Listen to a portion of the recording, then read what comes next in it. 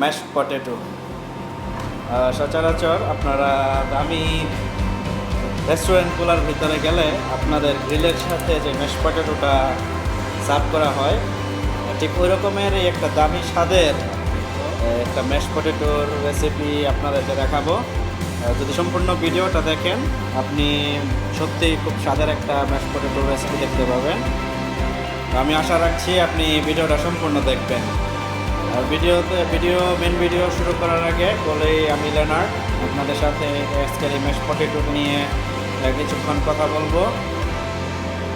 আর আপনি যদি প্রথমবারের মতো আমাকে শুনে থাকেন আজকে আপনাকে ওয়েলকাম আমার ছোট ইউটিউব চ্যানেলে।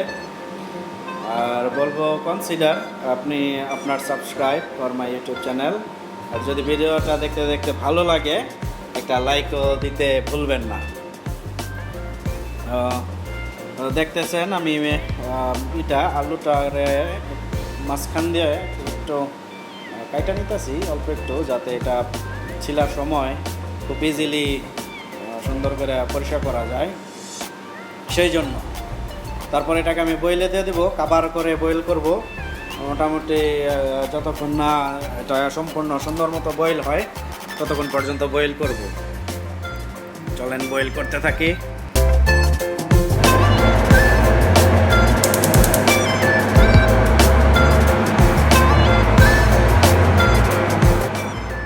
দেখেন এখানে বয়েল করা শেষ।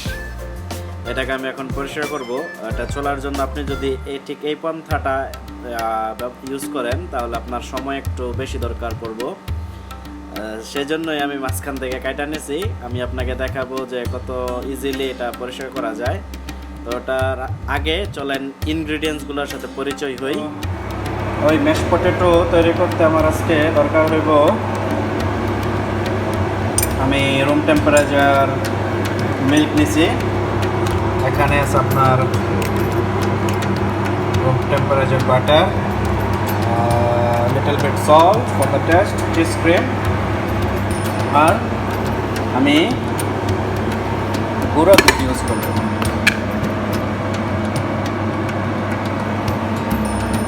এই ইনগ্রেডিয়েন্টসগুলো দিয়েই আপনি খুব সুস্বাদু আজকের এই ম্যাশ পটেটোটা বানাইতে পারবেন। দেখেন তার জন্য আমি আলু সিদ্ধ, আলুটা গরম থাকতে থাকতে আমি এখানে 2 টেবিল স্পুন দেখেন রুম টেম্পারেচার বাটার দিলাম। প্রথমে যেরকম বলছিলাম যে এই ম্যাশ পটেটোটা বানাইতে আপনার দরকার পড়বে রুম টেম্পারেচার মিল্ক। এখানে আছে আপনার powder milk, salt, paper and cheese cream. এই কয়েকটা ইনগ্রিডিয়েন্টসের কম্বিনেশনে আপনাকে আমি খুব সুস্বাদু ম্যাশ পটেটোটা বানিয়ে দেখাবো। সো সাথে থাকেন, ভিডিওটা সম্পূর্ণ দেখতে থাকেন। ওকে,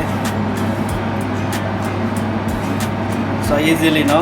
Oh. It's alright. I saw the one in Yeah. So many don't know, like me, no?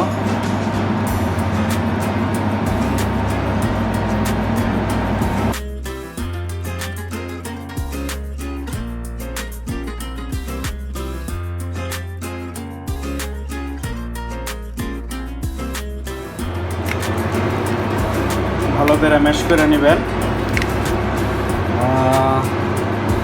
সাথে সাথে স্বাদ মতো লবণ। আমি অ্যাকচুয়ালি বাটারটা অলসো সল্টেড বাটার ইউজ করছি,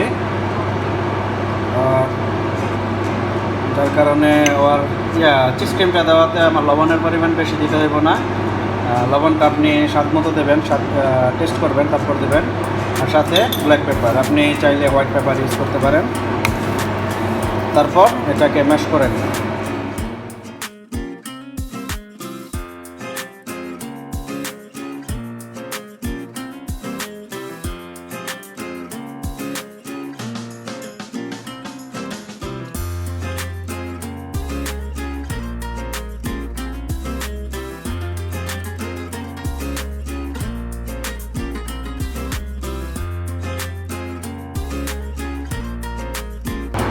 ম্যাশ করা শেষ। এখন আমি এখানে চিজ ক্রিম ইউজ করব। বাটার তো অলরেডি ডান। 2 টেবিল স্পুনের মতো চিজ ক্রিম ইউজ করব। এখানে বলে রাখি আমি 3টা মিডিয়াম সাইজের আলু ইউজ করছি। 2 টেবিল স্পুনের মতো বাটার ইউজ করছি। স্বাদ মতো লবণ, 2 টেবিল স্পুনের মতো আপনার চিজ ক্রিম, ব্ল্যাক পেপার, এটাই। আর এখন আমি রুম টেম্পারেচারের যে দুধটা অল্প একটু দেবো, বেশি পাতলা করবো না এটাকে। এটাকে খুবই স্টিকি রাখতে হইব, একদম রেস্টুরেন্টের মতো যা বলছিলাম। আর এখানে আমি দিতেছি গুঁড়া দুধ। এখানে আপনি 2 টেবিল স্পুনের মতো গুঁড়া দুধ দিতে পারেন। এগুলো দেওয়ার পরে দেখেন এটাকে আবার মিক্স করতে হবে, সবগুলো একসাথে কম্বাইন করে। ঠিক এইরকম একটা কম্বিনেশন রাখবেন। দেখেন খুব নাইসলি আমার ম্যাশ পটেটোটা মিক্স করতে পারছি। এটার থিকনেসটা দেখেন,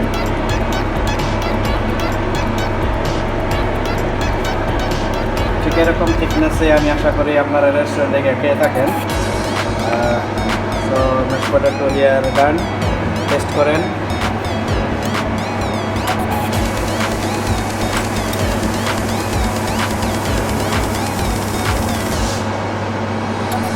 Don't forget to give it thumbs up because it's totally free, and please consider your subscribe for my YouTube channel.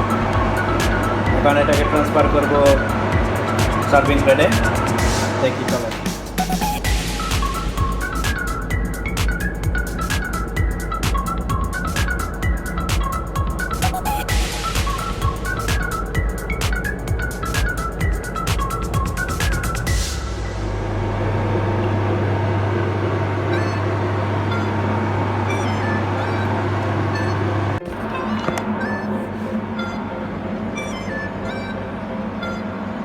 এই তো ডান ম্যাশ পটেটো।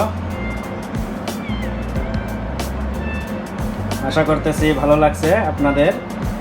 এটা আসলে খুবই সুস্বাদু। আমি আশা করতেছি আপনারা ট্রাই করবেন বাসায়।